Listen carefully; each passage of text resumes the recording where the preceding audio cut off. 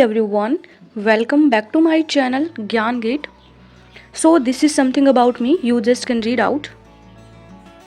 If you guys have any doubt, any topic related, then you can follow people on my Instagram page. I will provide you the link in the description box, or you guys can go about and check out. This is a good platform connecting with you guys to solve your problems. So don't forget to follow me on my Instagram page. If you want some notes or PDF related to my videos, so you can join me on my Telegram channel. I will provide that link in the description box. Today I want to share something with you guys. If you are also an IGNOU student and if you don't have much time to study during the exam time, then you can go towards Neeraj Books. For the past 40 years, Neeraj Publication has been tending to the field of education by developing reference book, sample paper, question bank and so more. Neeraj books provide to be beneficial as the question provided were extremely helpful for your exam because the language written in those books is also very simple and important questions are also there.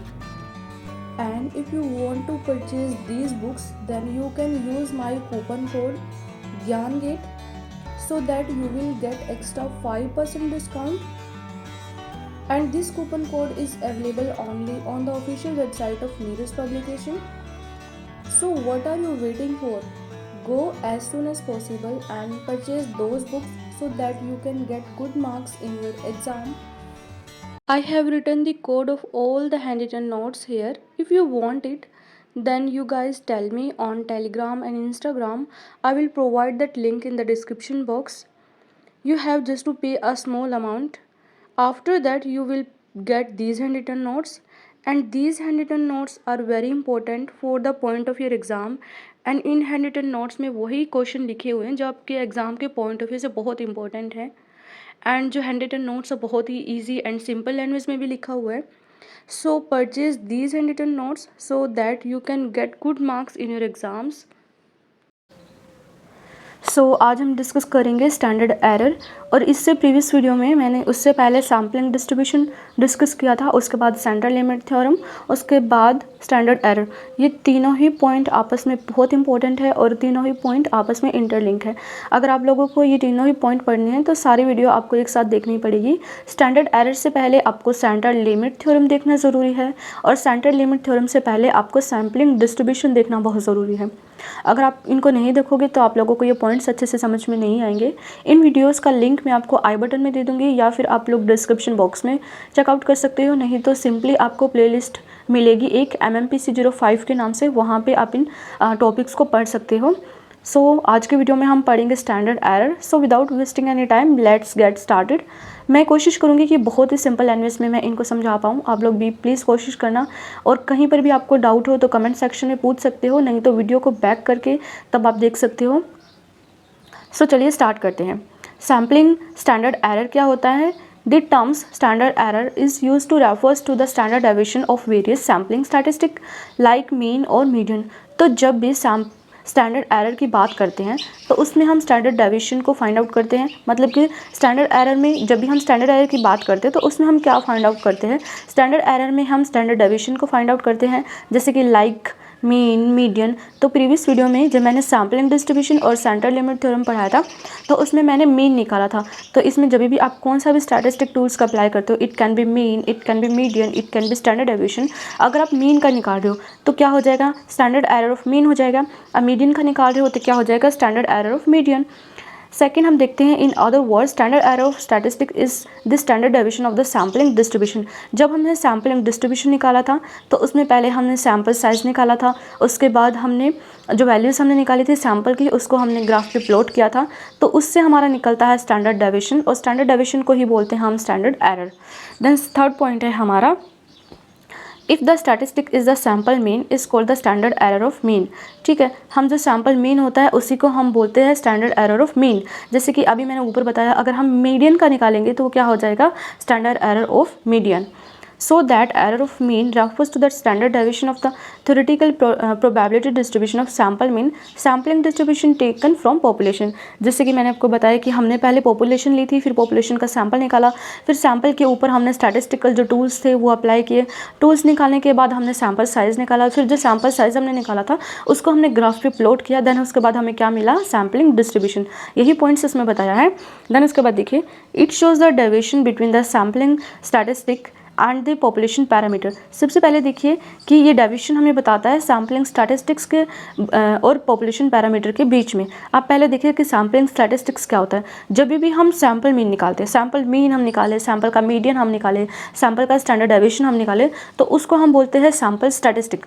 मतलब sample के ऊपर जब हम उसके tools apply करते हैं तो क्या हो जाएगा, सैम्पल मीन जो हो जाएगा हमारे सैंपल का स्टैटिस्टिक, और जो पॉपुलेशन का पैरामीटर हम निकालते हैं, जब हम पॉपुलेशन का मीन निकालेंगे, पॉपुलेशन का मीडियन हम निकालेंगे, तो उसको हम बोलते हैं पॉपुलेशन पैरामीटर।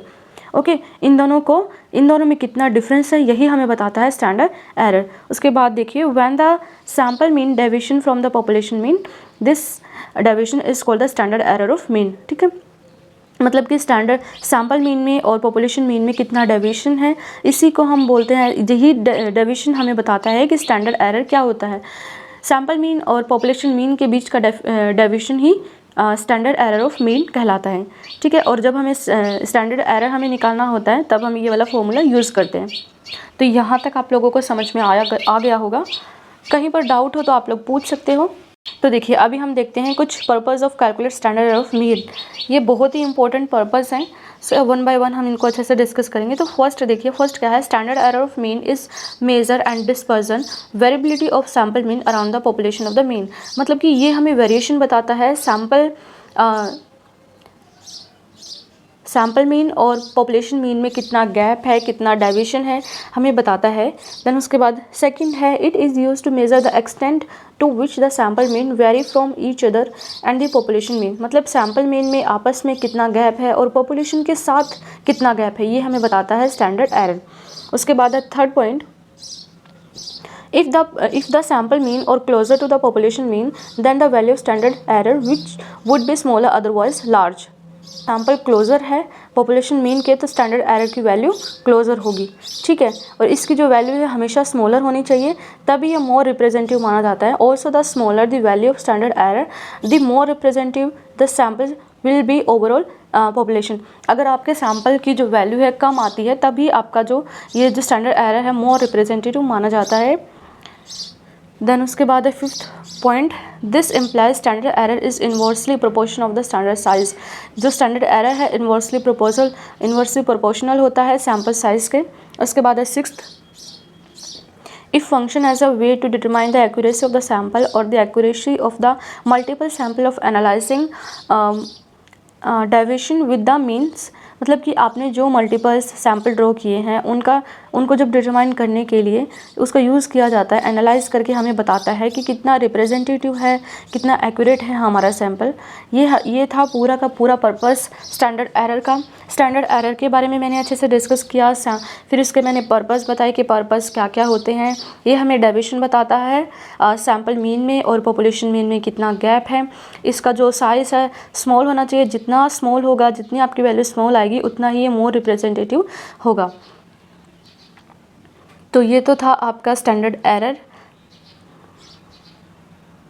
और ये जितने भी हैंड रिटन नोट्स हैं आप इनके लिए मुझे टेलीग्राम पर या फिर इंस्टाग्राम पे बता सकते हो।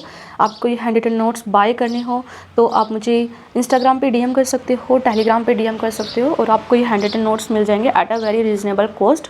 और जैसे कि आप लोगों को पता है हैंड रिटन नोट्स बहुत इंपॉर्टेंट होते हैं, और हैंड रिटन नोट्स में नीचे मैंने अच्छे से एक्सप्लेन करके भी लिखा है हिंदी में भी, ताकि आपके पास वीडियो ना हो तभी भी आपको ये नोट्स पढ़ के अच्छे से समझ में आ जाए। सो आज के वीडियो में बस इतना ही। Lastly, if you like my videos, don't forget to share and subscribe to my channel and hit the bell icon for upcoming videos। और जैसा कि मैं अपनी हर वीडियो में बोलती हूँ कि जो ज्ञान होता है वो बांटने से बढ़ता है। अगर आप लोग बांटोगे ना तो आपका भी ज्ञान बढ़ेगा ही। सो लाइक करना, शेयर करना, एंड कुछ भी डाउट हो तो कमेंट सेक्शन में लिखना बिल्कुल मत भूलना। Until next time, stay curious and keep learning. Thanks for watching.